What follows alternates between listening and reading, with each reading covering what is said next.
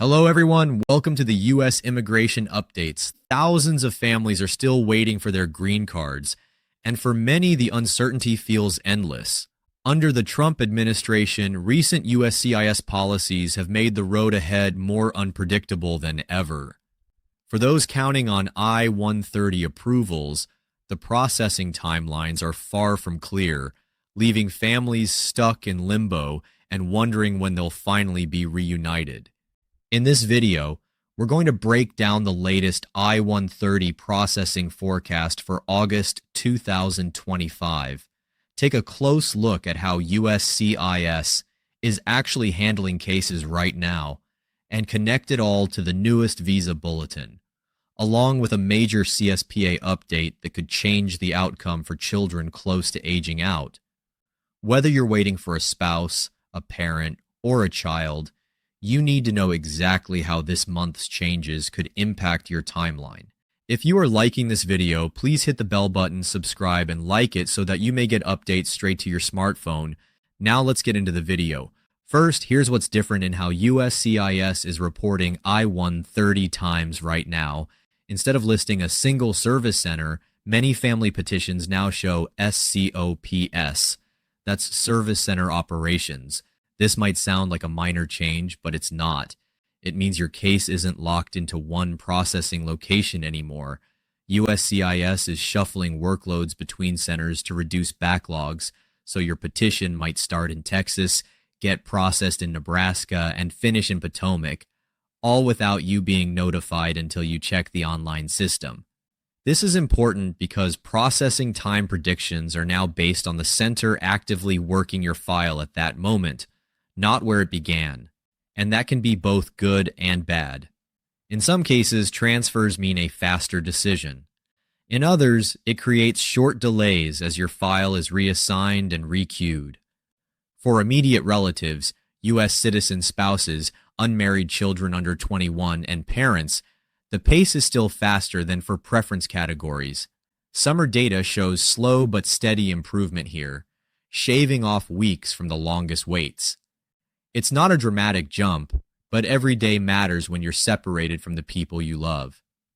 For family preference categories like F1, F2A, F2B, F3, and F4, the story is much harder. You have to clear two hurdles.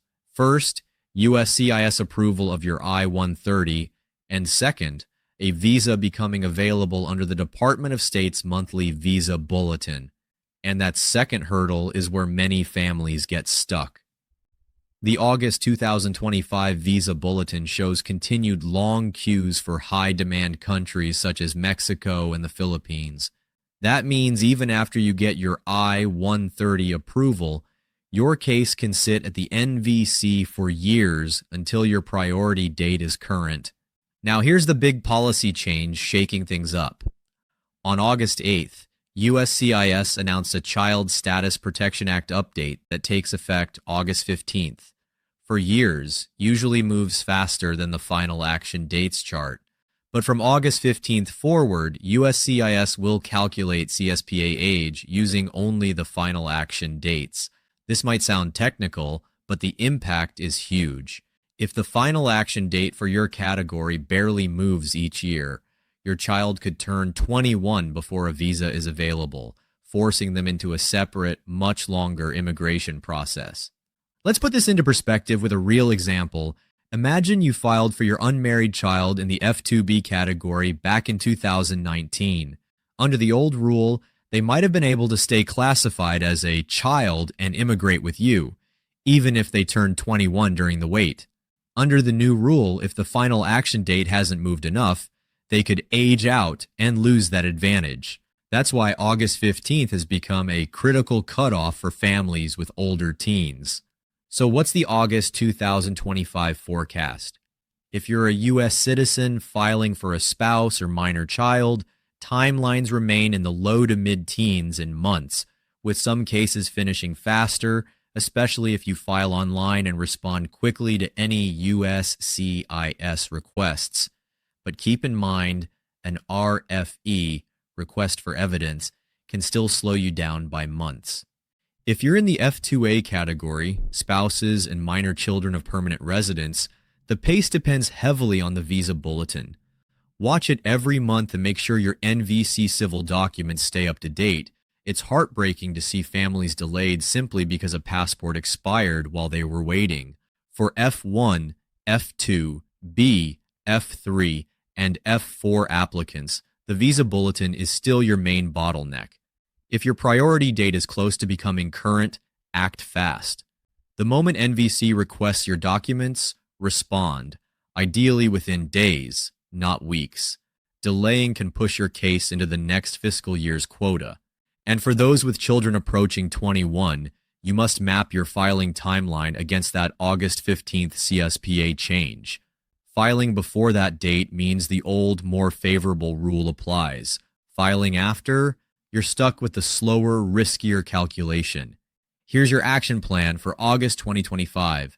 Check USCIS processing times weekly for your category and note your case inquiry date, the point where you can officially ask why your case is delayed. Track the visa bulletin closely. It's usually released mid-month. That's your best indicator of whether your NVC case will move this year or next. Prepare your documents in advance. Police certificates, updated passports, birth and marriage certificates, and translations if required. Missing one of these can set you back months. If you have a teen nearing 21, don't wait. Book a consultation with an immigration attorney now. The cost of one meeting could save you years of separation later. The reality in August 2025 is a mixed picture. For some, progress is finally visible. The light at the end of the tunnel is a little brighter. For others, the tunnel just got longer with new policy roadblocks. And for families caught in both the visa bulletin backlog and the CSPA rule change, this could be the month that decides whether you immigrate together or apart. We can't control the monthly visa allocations or the speed of USCIS, but we can control how ready we are. The families who move the fastest when their number comes up are the ones who've prepared every document, tracked every update, and acted the moment an opportunity appeared. Final takeaway: if your case is close to completion, this is the month to be alert and responsive. If you're early in the process, this is the month to plan your strategy, including how you'll protect children from aging out under the new rule. And if you've been waiting so long that your patience is running thin, remember, every month brings new movement, and sometimes one visa bulletin update can change your entire outlook. That's all we have for this bulletin. The U.S. Immigration Updates channel provides all necessary visa information and procedures for your U.S. immigration journey. It is important to understand the United States immigration processing steps, visa application requirements, processing times, forms, fees, and more. We will continue to provide all information about U.S. visitor visas, such as B1 and B2, work visas, such as L1A, L1B, and H1B, student visas, green cards, immigrant visas, EB1, EB2, EB3, EB4, and EB5, and family immigrant visas. If you haven't already, please subscribe to the U.S. Immigration News channel. Thank you for watching, and we'll see you in the next video.